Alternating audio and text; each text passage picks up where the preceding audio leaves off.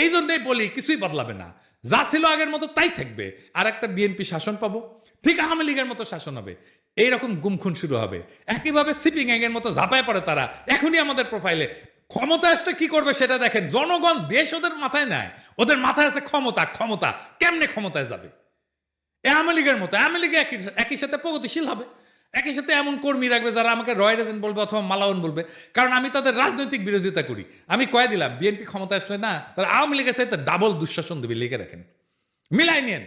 যখনই আমি কই বিএনপি ইন্ডিয়ার কোলে গিয়ে উঠছে, তখন বিএনপি ওয়ালারা এসে কয় জিন্দেগি বিএনপি ইন্ডিয়ার কোলে উঠতেই পারে না। ইন্ডিয়া কারে কয়? আমরা তো চিনিই না। এইসব অপপ্রচার করিস তুই শালার রয় এজেন্ট। তারপরে বিএনপির লোকটা মূর্খ হইলে কবে মালওয়ানের বাচ্চা, আর ডাবল ড্রপ আউট কচু খেতে হইলে কবে কাফের।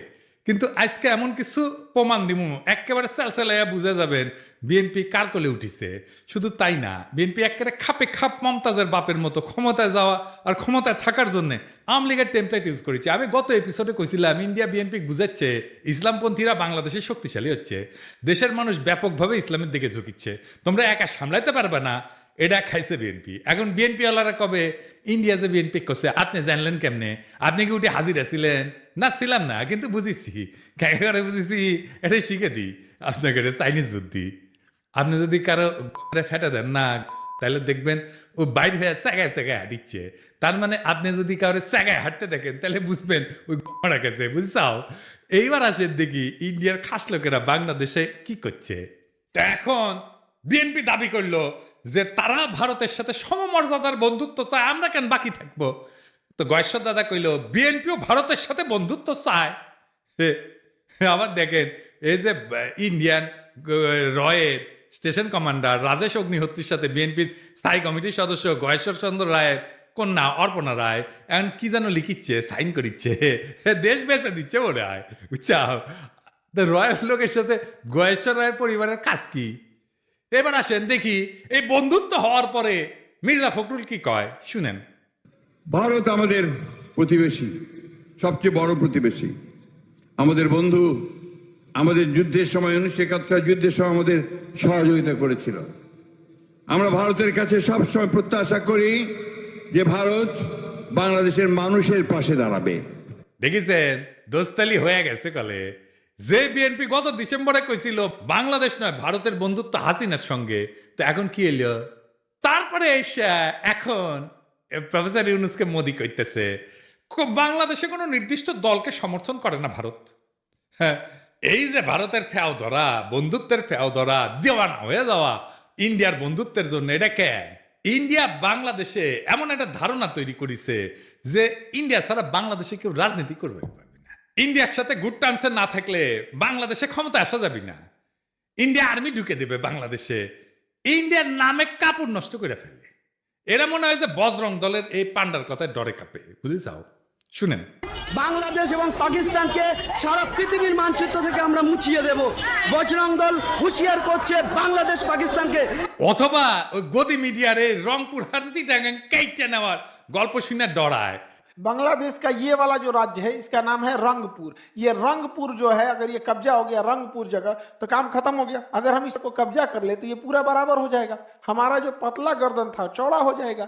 अब मोहम्मद यूनुस ये सब चीजों को समझो, वरना अगर ये कब्जा कर लिए तो कहानी खत्म हो जाएगा। চট্টগ্রাম যদি ভারতে চলে আসে তাহলে কিন্তু বাংলাদেশের জন্য শুধু নয়, গোটা পৃথিবীর যারা বে অফ বেঙ্গল বা বঙ্গোপসাগরকে দখল করার চেষ্টা করছেন তাদের জন্য ভয়ঙ্কর চিন্তার কারণ হবে। মালদ্বীপে কি সেইটা মুইজু ক্ষমতা এসেছিল? নেপালে কি খড়গা প্রসাদ শর্মা ওলি ও কি ইন্ডিয়ার এটা ক্ষমতা এসেছিল? শ্রীলঙ্কায় কি অনুরা কুমার দেশনায়কা ইন্ডিয়া তেলায় তেলায় ক্ষমতা এসেছে? এই ছোট ছোট দেশগুলা ভারত বিরোধিতা নির্বাচনী ম্যানিফেস্টোতে দিয়া যদি ক্ষমতা আসতে পারে তাহলে বাংলাদেশের রাজনৈতিক দলগুলো ডরায় কেন? প্রত্যেকটা রাজনৈতিক দল ইন্ডিয়া জন্য উন্মুখ হয়ে থাকে কেন? তাইলে যারা মনে করে ইন্ডিয়ার থাকলে বাংলাদেশের রাষ্ট্র ক্ষমতা আসা যাবে না, রাজনীতি করেন না, বাংলাদেশে ভোটে দাঁড়ায়েন না। বাংলাদেশে ভারতীয় আধিপত্যবাদের অবসান যার ভোটের প্রতিশ্রুতির 1 নাম্বার প্রতিশ্রুতি না হবে তাদের ভোটের ক্যাম্পেইন শুনবেন না, ওই ক্যান্ডিডেটের এলাকা ঢুকতে দিবেন না। এই ইন্ডিয়া সিপিবিরে ঢুকাইছে বিএনপির কান্দে চেপা ইন্ডিয়ান এজেন্ডাগুলো বাস্তবায়ন করতে। যেই সিপিবি অভিন্ন গোয়েন্দা রিপোর্টের উপরে ভিত্তি কইরা সিপিবির দলীয় পত্রিকা একতায় বর্ষা বিপ্লবের সময় প্রচার করেছিল ফ্যাসিবাদ অনুরাগী নানা ধরনের তথ্য বিশ্লেষণ, বিবরণ, ব্যাখ্যা এবং বিবৃতি। যখন গণ অভ্যুত্থান বিপ্লব চলছিল তখন পুরা জুলাই মাস এবং আগস্টের 5 তারিখ পর্যন্ত একতা সংগোপনে নীরবে তাদের গণবিরোধ এবং নিন্দনীয় কার্যক্রম চালায় গেছে। আর এখন এই প্রগতিশীল হওয়ার ইন্ডিয়ান লাইনে বিএনপি নামিছে। এম এম আকাশে বক্তব্যটা কবে দিছে জানেন? 28 জানুয়ারি 2025-এ। আর সেইটা পইরা মুগ্ধ হইয়া অসল মালদের নিয়া স্বপ্নে বিভোর বিএনপির জীর্ণ বৃদ্ধ নেতারা প্রগতিশীল হওয়ার একটা লাইন পেয়ে গেছে, ঝাঁপায় পড়েছে তাদের দিকে। পতিত ফ্যাসিস্ট হাসিনার শাসনামলে যখন খুনিদের জুলুম নির্যাতনের বিরুদ্ধে লড়াই করাটা ছিল প্রধান কর্তব্য, তখন নিপীড়নকারীদের দোসর এম এম আকাশের ভূমিকা ছিল ঘৃণ্য দালালি। 2018 সালের পর থেকে বামপন্থীদের মধ্যে থেকে যখনই কোনো আন্দোলন নিয়ে কেউ আগাইতে চেয়েছে তাদের বিরুদ্ধে নামছে, নিন্দা এবং কুৎসা উঠাইছে এই আকাশ, দিবালক সিংহ এবং চট্টগ্রাম পোর্ট লুণ্ঠনকারী মাহবুব জামান। সিপিবির মধ্যে ফ্যাসিস্ট বিরোধীদের এরা ট্যাগ দিত A to Z ঐক্যপন্থী হিসাবে। খুনি হাসিনা সরকার ফেলার জন্য এরা বিএনপি জামাতের সাথে ঐক্য করতে চায়, এই অভিযোগ তুলে সিপিবিতে তাদের রাজনৈতিক প্রতিপক্ষকে কোণঠাসা করা হইতো। আর এখন এই এম এম আকাশ সাহিত্যে বামপন্থীদের মধ্যে সবচেয়ে প্রো বিএনপি তাত্ত্বিক হিসাবে। এখন কাদের সাথে কৌশলগত জোট করতে হবে, এদের সেই সিগন্যাল দিচ্ছে ইন্ডিয়ারা। সাথে নেমে পড়ছে এজেন্টগুলা। লেখক মুস্তাক আহমেদ নির্যাতিত হয়ে কারাগারে মৃত্যুবরণ করলে এর প্রতিবাদে ঢাকার রাস্তায় আন্দোলনের নামে ছাত্র ইউনিয়ন। তখন গ্রেপ্তার হওয়া 6 ছাত্র নেতাকে বিপদগামী বলে ঘোষণা দেয় সিপিবি এম এম আকাশ। সংগ্রামরতদের ধরে শারীরিক নির্যাতন করে জেলে পুরতে পুলিশকে উৎসাহ দিয়েছিল এই দলটির আওয়ামী লীগপন্থী নেতারা। কতটা নিষ্ঠুর, নির্মম, বাটপার হইলে নিজ দলের নেতাকর্মীদের বিরুদ্ধে রাষ্ট্রশক্তিদেরকে লেলাই দিতে পারে। ফ্যাসিস্টদের এই সহযোগী সিপিবির নেতারা তাদের প্রাণাধিক প্রিয় মুজিব তনয়া খুনি হাসিনার পলায়নের 9 মাসের কম সময়ের মধ্যে স্বপ্ন দেখতেছে বিএনপির ঘাড়ে ভর করে রাজনীতির ময়দানে আশ্রয় নিবে, আসন্ন পার্লামেন্টের মেম্বার হবে। আর বিএনপিও গণবিরোধী এই সমস্ত পচামেলের ভাগাড়ে পরিণত হইতে চাইতেছে। ইন্ডিয়ার পরামর্শে সোজা পথে হাঁটতে গিয়া ইনশাল্লাহ এভাবে মহাসড়ক খারাপে বিএনপি নিজেও জয় বাংলা হয়ে যাবে আওয়ামী লীগের মতো। এই এম এম আকাশ কয়দিন আগে মেঘনা গ্রুপের মোস্তফার এপিসোড করেছিলাম না, দেখেন কি খাতির এই এম এম আকাশের। তাইর ভাইয়ের সাথেও বসিস একই টেবিলে, তুই নাকি কমিউনিস্ট, তো দুর্বৃত্ত আওয়ামী অলিগার্কের সাথে তোর কি সম্পর্ক রে আকাশের বাচ্চা? উই তো তোর শ্রেণী শত্রু। দেখেছেন সব ইন্ডিয়ান রসুনের প্রগতিশীল টুপকি একই সাথে। সিপিবি অফিস কেন আমি দখল করে নেওয়ার কথা বলি দেখেছেন, বুঝেছাও? এই জন্যে। এইবার আসেন সন্তোষ শর্মার প্রসঙ্গ। সন্তোষ শর্মা পার রয়ের এজেন্ট, এর প্রথম মিটিং এ আনছে বিএনপি। দেখেন শুভেচ্ছা বাংলাদেশ সুদর্জন পরিষদের সাধারণ সম্পাদক বিশিষ্ট সাংবাদিক সন্তোষ শর্মা। সন্তোষ শর্মা শুভেচ্ছা ব্যক্ত করেন।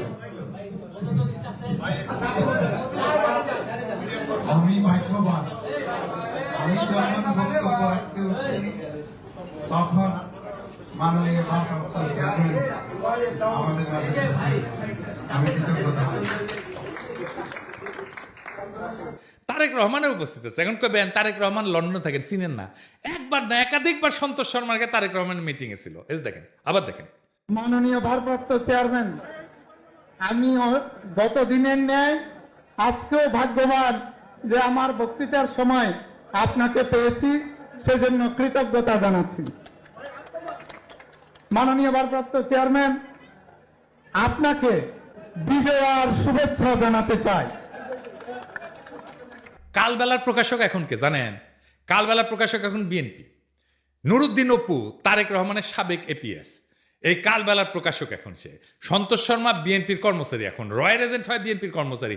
বিএনপি যদি এরপরও বলে ভারতের সাথে আমাদের সম্পর্ক নাই, তাইলে হবে উল্টা বিএনপি মূর্খসোদা সাপোর্টার গুলো বলে আমি নাকি রয়ের এজেন্ট। সন্তোষ শর্মা না, এই বিএনপি ক্ষমতায় আসলে আওয়ামী লীগের মতো আলেম পেটাবে। হারুন ইজাহার রেডিওয়ান আবারও আপনার ধরবে। এম এম আকাশ কইছে না, বিএনপি এবং বামজোট উভয় বর্তমান দক্ষিণপন্থী প্রতিক্রিয়াশীল ধর্মীয় শক্তিগুলোকে আরো সংগঠিত হওয়ার সুযোগ দিতে নারাজ। এই বিএনপি কি জিয়ার বিএনপি?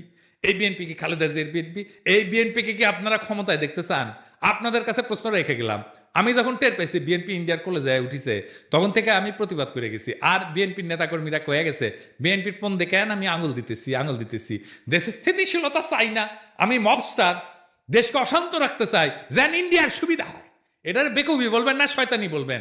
এম এম আকাশ যে বিবৃতি দিল বিএনপির কাউরে প্রতিবাদ করতে দেখছেন? দেখেন নাই। মানে এটা বিএনপিরও কথা, আকাশ মিছা কথা বলে নাই। এরপরে সন্তোষ শর্মাকে স্টেজে আনলোকে জামাত।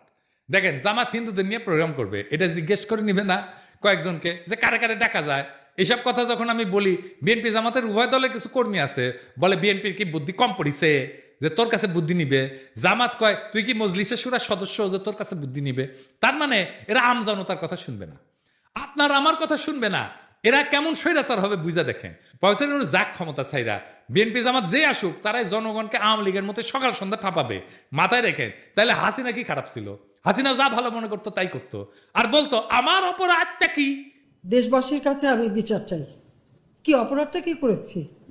এই জন্যই বলি কিছুই বদলাবে না, যা ছিল আগের মতো তাই থাকবে। আর একটা বিএনপি শাসন পাবো, ঠিক আওয়ামী লীগের মতো শাসন হবে। এইরকম গুমখুন শুরু হবে। একইভাবে সিপিং এর মতো ঝাঁপায় পড়ে তারা। এখনই আমাদের প্রোফাইলে ক্ষমতা আসলে কি করবে সেটা দেখেন। জনগণ দেশ ওদের মাথায় নেয়, ওদের মাথায় আছে ক্ষমতা। ক্ষমতা কেমনে ক্ষমতায় যাবে? আওয়ামী লীগের মতো। আওয়ামী লীগ একই সাথে প্রগতিশীল হবে, একই সাথে এমন কর্মী রাখবে যারা আমাকে রয় রেজেন্ট বলবে অথবা মালাউন বলবে, কারণ আমি তাদের রাজনৈতিক বিরোধিতা করি। আমি কয়ে দিলাম বিএনপি ক্ষমতা আসলে না, তারা আওয়ামী লীগের সাথে ডাবল দুঃশাসন দেবে, লিখে রাখেন, মিলাই নিয়েন। আজ এইভাবে বাংলাদেশের আকাশে জমিছে বিশ্বাসঘাতকতার ঘন মেঘ।